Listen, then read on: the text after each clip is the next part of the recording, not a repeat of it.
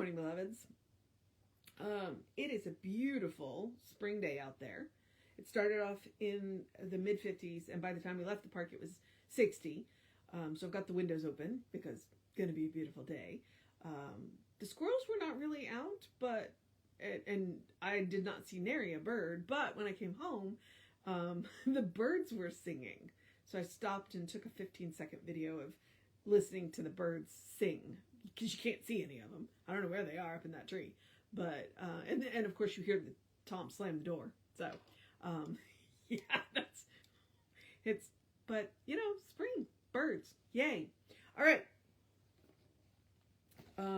It is March 23rd. Our title is, kind of a mouthful. How to realize illumination or understanding. And our author is Fannie Brooks James, another one of the founders of Divine Science. And so this is Divine Science, New Light Upon Old Truths. And this is from 1896. So you might look into that. Okay. If you didn't know, Ernest Holmes was ordained in Divine Science before he started his own. That's how Ernest Holmes became a minister. He was ordained in Divine Science and then ended up forming his own. So, All right. How to realize illumination or understanding. First, realize what I am. I am strength and understanding. I am light. I am that I am. I am mind. I am idea. I am consciousness. I am all wisdom within myself. For myself is God's divine idea. There is no lack in the universe. God fills it all. There is no need for anything. There is no ignorance. Mind has no lack in it, and all is mind. There is no mind of darkness or misunderstanding, no mind of fear or error. There is no fear. There is no cause of fear. There is nothing to be afraid of. Light fills all, for the light is God. Understanding is all in all. I live, move, and have my being in light. I express perfect understanding. I am light in mind, in thought, and in body. I am all light. I am complete. I am satisfied now. I am filled full of the fullness that filleth all. Life, truth, light, love, and understanding are all mine in God. Okay. Wow. So that's two readings in a row from the Brooks sisters who founded Divine Science. So, and yeah, if you're curious, Divine Science was founded by women. Christian Science was founded by a woman. A lot of the early New Thought was very female empowered and empowering. If you go and look at the history of it, it's pretty interesting. Because women didn't have a lot of say in their lives, in 1896. And so New Thought was one of those ways that gave them an outlet. So when the society wasn't willing to. And we owe a great deal to these very powerful women that, went back and looked at the old ideas and said, you know what? There's something to this, and let's look at it. And what Fannie is doing today is talking about what words we put behind the I am. It is always worthwhile to be mindful when we put words behind I am, because the universe is always listening. And we had a conversation last night in the Philosophy Friday, and that's what we were talking about, the personal versus the impersonal. The universe is always listening. And the universal law always says yes. And the universal law does not judge. The universal law never looks at what we ask for and says, oh, you know what? Maybe you don't really want that. That's not really in character for you. The universal law doesn't do that. The universal law simply says yes. And that's how it's impersonal, you know? And yet, because it's what we're made of, the mind, you know, it's the divine, that is the spark of us. It lives us, not the other way around. We don't live it, it lives us. You know, that makes it very personal. And it's important to remember that. So it is important to be mindful of the words that you put behind the I am, because the universe is listening. I had a teacher whom I loved, who not a Science of Mind teacher, but she is the one who sent me to Science of Mind. She was she always said, she never says I need a vacation, because anytime she would say she needed a vacation, she would get sick, you know. So words have power, and they have the power that we give them. And so when we say I am, we want to be mindful of what we say behind them. And so what she gave us today is a series of powerful statements about what we are. In any one of those or all of those would be excellent things to write on your mirror. I'm a big believer in writing on your mirror in dry erase marker, because you see it at least twice a day when you brush your teeth, right? Every time you go to the bathroom, hey, it's right there. Or, you know, post it on your door before you leave your house, or, you know, whatever other places that you can put that. And one of them is a quote, because I am that I am, you know, the divine said that to Moses. Moses? Yeah, Moses. He's not the one that built the ark. That's Noah. So I wanted to make sure I had my right biblical figure there. I am that I am. I am that I am. When we make statements like that, when we claim the truth about ourselves, it's like it's already the truth about us. But when we make the conscious effort to claim the truth about ourselves, that is what New Thought is talking about. It's like, look, this is what you are, whether you realize it or not. But if you're willing to make the effort to consciously claim it, imagine how your life could change. So that is what she is saying. That is exactly what she's saying. What it felt like to me was I was doing a treatment, reading it, you know. The first step of treatment is recognizing that there's one. The second step of treatment is recognizing that I am a part of the one. The third step of treatment is the realization, and that's what this felt like. This felt like me stepping into my power and claiming this is what I am, you know. And then all I need to do is say thank you and let go. You know, that's the fourth and the fifth step of treatment. So, and she says first, realize what I am. Well, what am I?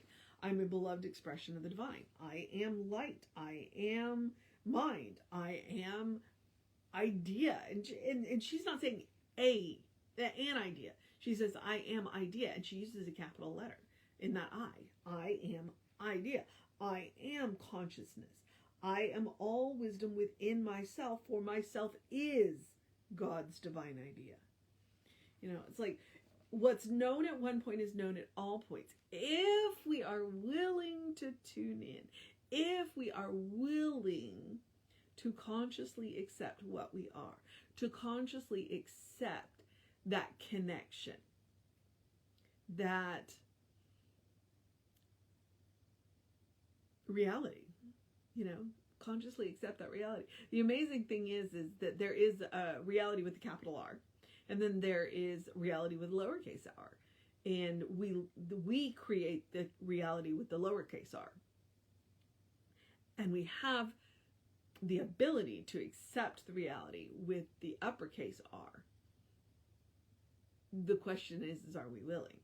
There are a whole lot of people who are really comfortable in their lowercase r reality. They are, you know, and they're happy there. And far be it from me to try and talk them out of it. You know, that's not my job. my job, but my job is to make it, my job is to live my life in such a way that maybe they're curious, you know? So, New Thought is not a proselytizing religion. You know, we don't have missionaries. We don't go out and knock on people's doors. You know, we don't stand on the street corners and preach at people. We do it on the internet, but mostly we're just having a conversation. It's like, hey, you know what? There's this really cool thing. You might be interested in it. It might change your life. You know, if you want to, but you know, we're not standing in front of anybody going, hey, believe what I believe or you're going to hell. Because we don't believe in hell. Well, yeah, we don't believe in that kind of hell. We believe that people can create their own kind of hell. Which is, you know. So, and then she does the denials, and I appreciate that, because Emma Curtis Hopkins is big into the denials too. You know, there is no lack in the universe. God fills it all. There is nothing but God. There is no need for anything. There is no ignorance. And see, that's the interesting thing. There's a couple of things. She says there is no lack. There is no ignorance. Mind has no lack at all. There is no fear. There is no cause of fear. There's no cause to fear. There is nothing at all to be afraid of. Light fills it all. And yet, from sitting here, it's like, okay, there is no ignorance. The interesting thing about ignorance is a choice. Ignorance is a choice. People choose to ignore, you know, that's what ignorance is. It's when people choose to ignore. In this day and time, it's so easy to get the information. And yeah, at this point, you have to do a little extra digging and check your sources to make sure that you're getting good information. But ignorance is a choice. So there is no ignorance. You know, not in mind. Not in mind. There is no ignorance in mind. There is no lack in mind. There is no fear in mind. In mind with a capital M. So that's the mind we want to use no matter what we're doing. We want to use that mind because it is fearless. We want to use that mind because God fills it. There's nothing lacking in that mind. And there is no ignorance in it because there's nothing. God can't ignore anything because everything is happening within God. So it's like, oh, okay. You know, and that's just, you know, God doesn't do that. So the divine pattern cannot ignore. It's just, that's not the way the system is built. So, I don't know. So, do you feel like this is helpful in how to realize illumination or understanding? It first starts with realizing what you are. And as I always say, what you are is a beloved expression of the divine. And then everything else that Fannie Brooks James says, you are. Life, truth, light, love, and understanding are all mine in God. Because I am filled with the fullness, I am filled full of the fullness that filleth all. That is a sentence and a half. I am light in mind, in thought, in body. I am all light. I am complete. I am satisfied now. So, the mission today, should we choose to accept it, is to realize what I am. Realize what you are. Think about the words you put behind I am. What are you telling the universe you are? What are you telling the people in your life that you are? You know? Think about that. That's the mission today. The other mission is the same mission I give you every day, which is the spiritual practice of self-care. Do something loving for yourself. Do something kind for yourself. Do something compassionate for yourself. Whatever it looks like. Big, small, doesn't matter. Point is to practice on yourself. Okay? Be it one thing, be it three things, be it all things. In the end, that's the goal. To have everything that you do for yourself and others be loving, kind, and compassionate. And I say it for multiple reasons, the most important being, one, you are your own best test subject, but you deserve your own love, you deserve your own kindness, you deserve your own compassion. If you are going to teach people how to treat you, you got to treat yourself well. So, start that way. All right. I'm just going to remind you of a few other things. That we are Creative Life Spiritual Center and Creative Life Spark on the social medias that we are on. I am the Running Rev Ryan on the social medias that I am on. I encourage you to go and to like and follow and subscribe. When you subscribe to the YouTube channels, it notifies you when we upload new videos. And then I also encourage you to share.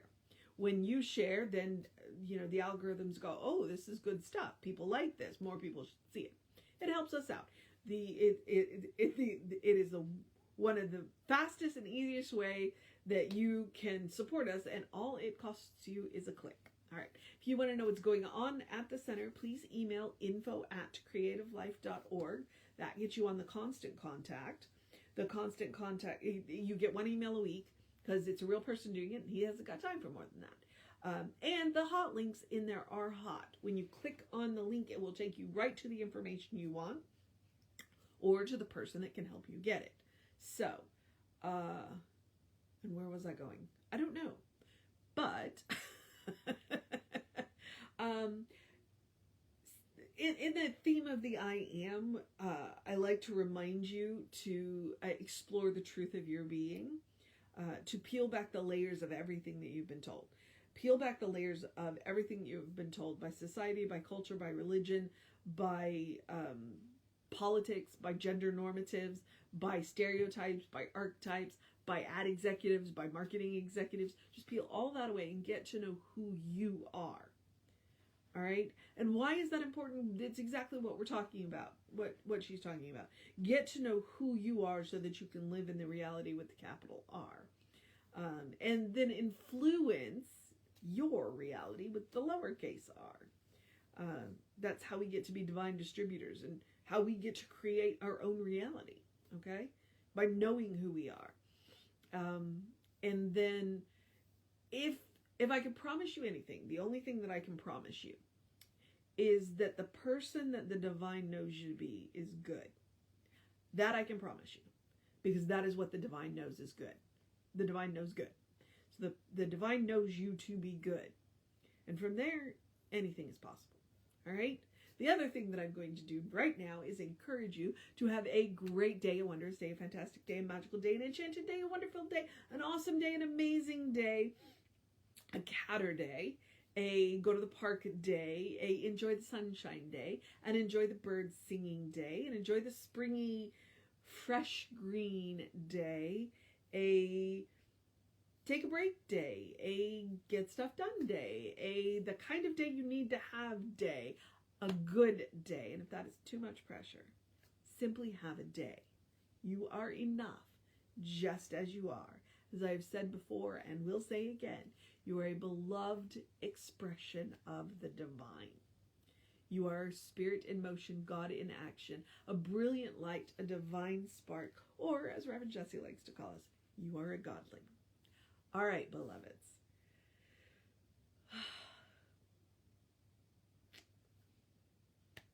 I'm going to remind you, Reverend David will be on around 5 p.m. with you. I will be back with you around 9 a.m. tomorrow. Take care of yourself. Know that you are loved, and I will see you next time.